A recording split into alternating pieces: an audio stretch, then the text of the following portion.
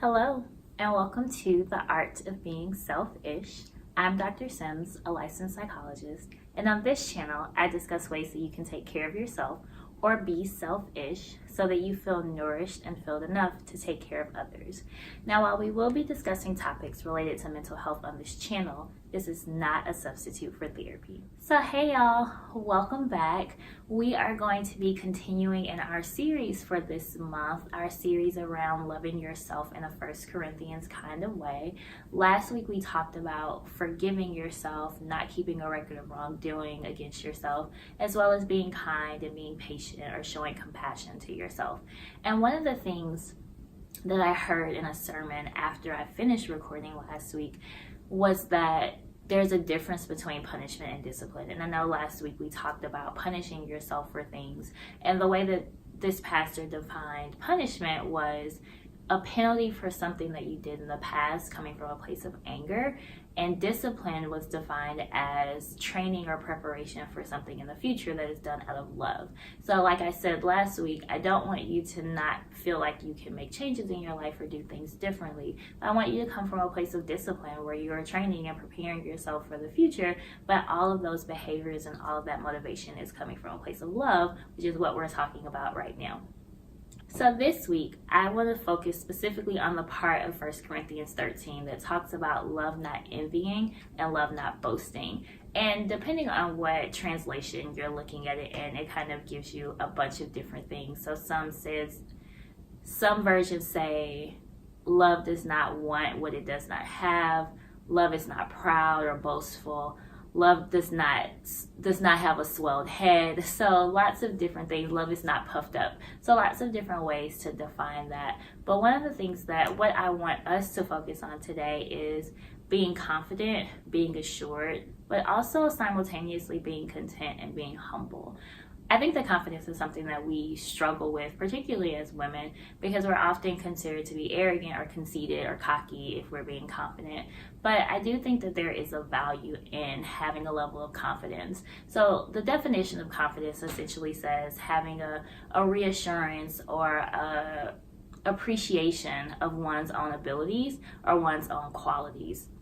And when you think about that definition, there's really nothing wrong with that. Being able to appreciate who you are, what you can do, what you're capable of is actually a really good thing. But we often avoid compliments. We really try to practice humility in a way that really isn't humility, but is often self-deprecating. And instead of really acknowledging what our good qualities are and what our characteristics are and what our abilities are, we push them down and we try to downplay them. So I think about, like I said last week, a lot of this stuff starts to show up in our relationships, whether it's intimate relationships, professional working relationships, or friendships, family relationships. This is where these things start to show up. And particularly in intimate relationships, if you forget who you are and you forget your abilities and your good qualities and you stop showing appreciation of those, it can create space for someone else to completely dismiss those and not be appreciative of those things as well. So you want to make sure that you're constantly practicing a level of confidence, that you're reminding yourself of what those good qualities are, what are the things that you should be appreciating of yourself, and on a daily basis showing that appreciation. So confidence doesn't have to boast, it doesn't have to be cocky, it doesn't have to be conceited, but it does have to be a daily appreciation of who you are and what you're capable of. The part that is very much so connected to confidence is humility. But when I think about humility, I think of it more from an understanding of a spiritual level of humility. So being humble means that you appreciate what your abilities and your qualities are and the things that you've accomplished and what you're capable of, but you also give credit to where that came from. You give credit to the fact that without God, you wouldn't have the things that you have. You wouldn't be able to talk about what you're confident about if you did not first receive that from somewhere else. So I think that those two kind of go hand in hand with being able to appreciate it and say, yes, I have this, but also being able to be thankful and be grateful for where that comes from. And when you're talking to other people about it, not boasting, not being prideful, not just saying, this is all me, I didn't have any help, I did this on my own, but really being able to acknowledge and recognize where that came from, that is the source of the humility. Kind of related to that, I also think that confidence comes from remembering whose you are. So if you are a child of God, you have a certain level of confidence regardless, like a baseline level of confidence, because you recognize to whom you belong.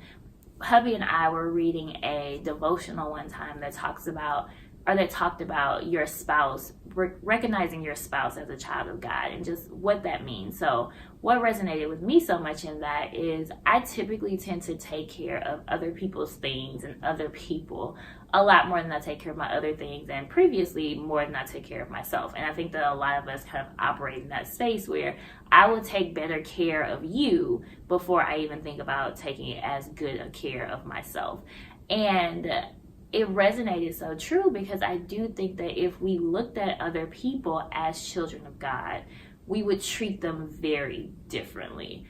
If we thought about who God is and who that parent is that that person can run back to and tell them how you treated them, we would think about treating them a lot differently. So in this series, I also want to think about, well, how does that reflect back on you? If you think about how you treat yourself as a child of God, and if you had to go back and tell your parent, who is God, about how you have been treating yourself, what kind of report would you be able to give? What kinds of things would you be able to say in terms of how well you are treating yourself as God's child?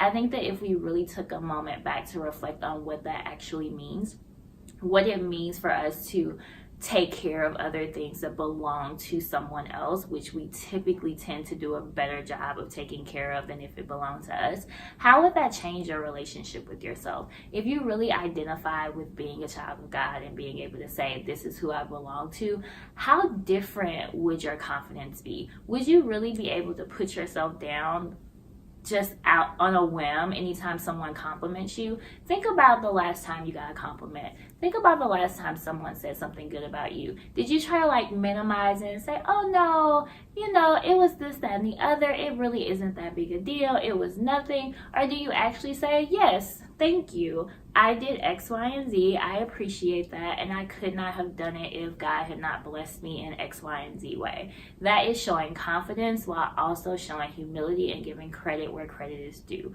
We struggle as a society, I would say, but particularly as women, particularly as Black women, we struggle so much with just taking compliments. I wonder what it would be like going through this next week, that if someone said something nice to you, you just simply said, thank you, and did not have a response, did not have a follow-up, just allowed yourself to take in that compliment. I've heard compliments be described as gifts from people. And can you imagine someone giving you a gift and you saying, no, it's fine, that isn't for me, no, take it back, you cannot give me this gift? Every time you downplay someone's compliment, you're essentially doing exactly that. So I wonder what it would be like if we really kind of changed the way that we thought about confidence, that we thought about who we belong to, that we thought about receiving compliments from people, and allow ourselves to fully embrace those compliments, fully embrace the confidence that we have in who we belong to, and allow ourselves to experience that. I wonder how that would change who you are in relationships in a good way.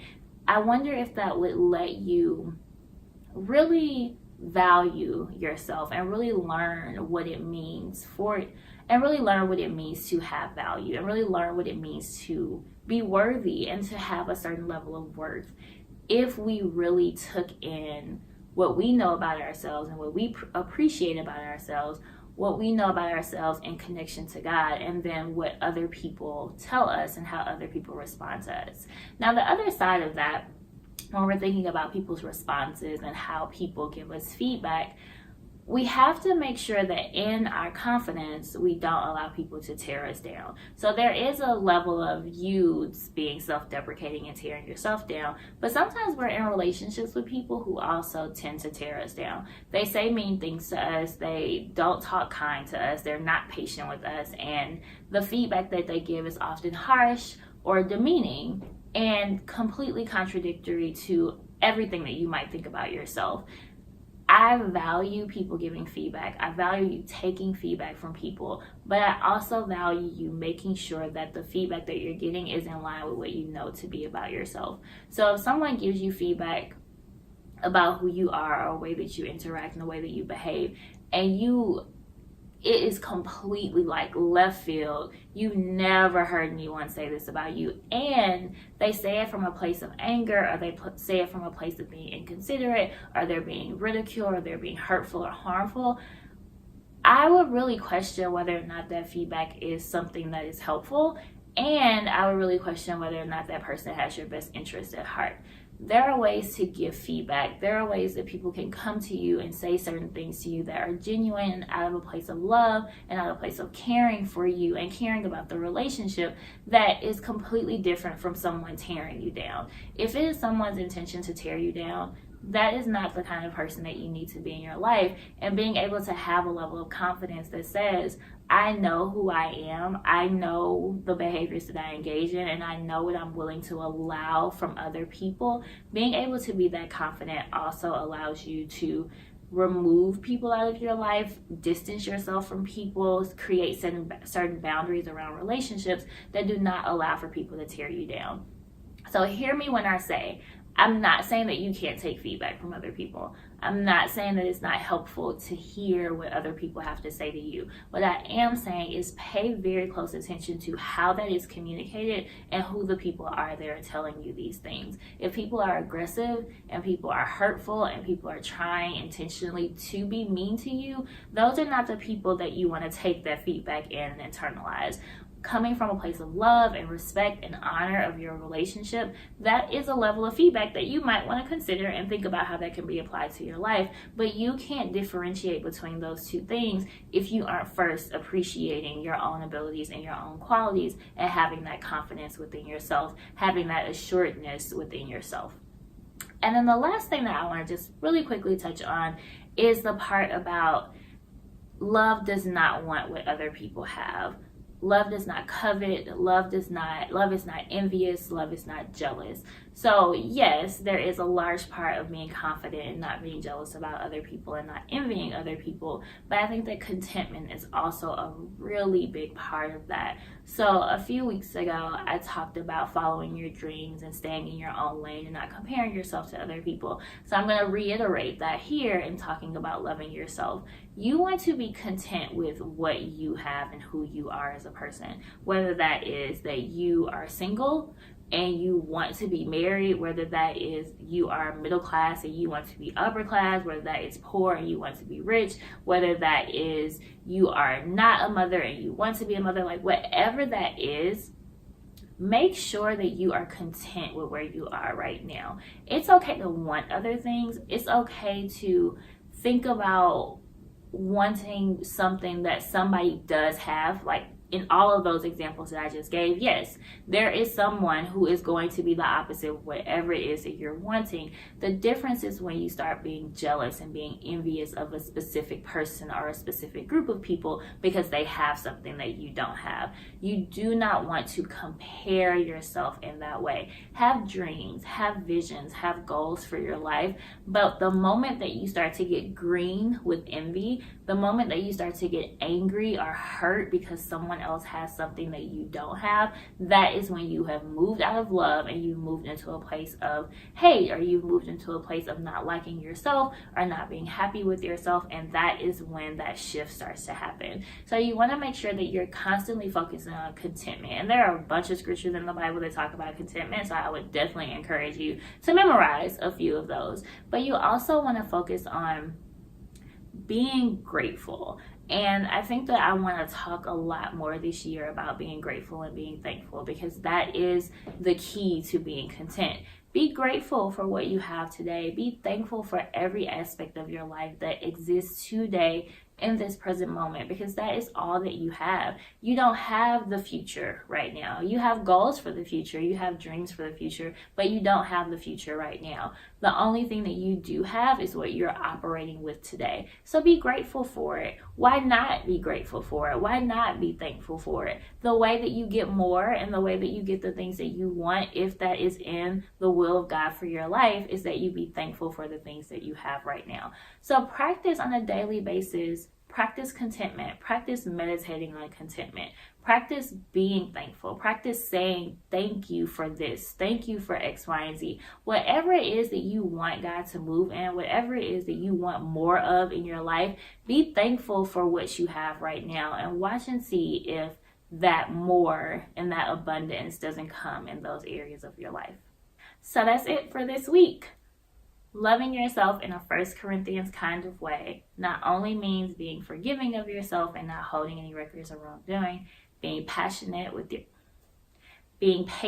yourself, being kind to yourself, and being compassionate, but it also means being confident, being assured, being humble, and being content with what you have. So go out into the world and practice those skills for this week, and I look forward to talking to you all next Selfish Saturday. Bye.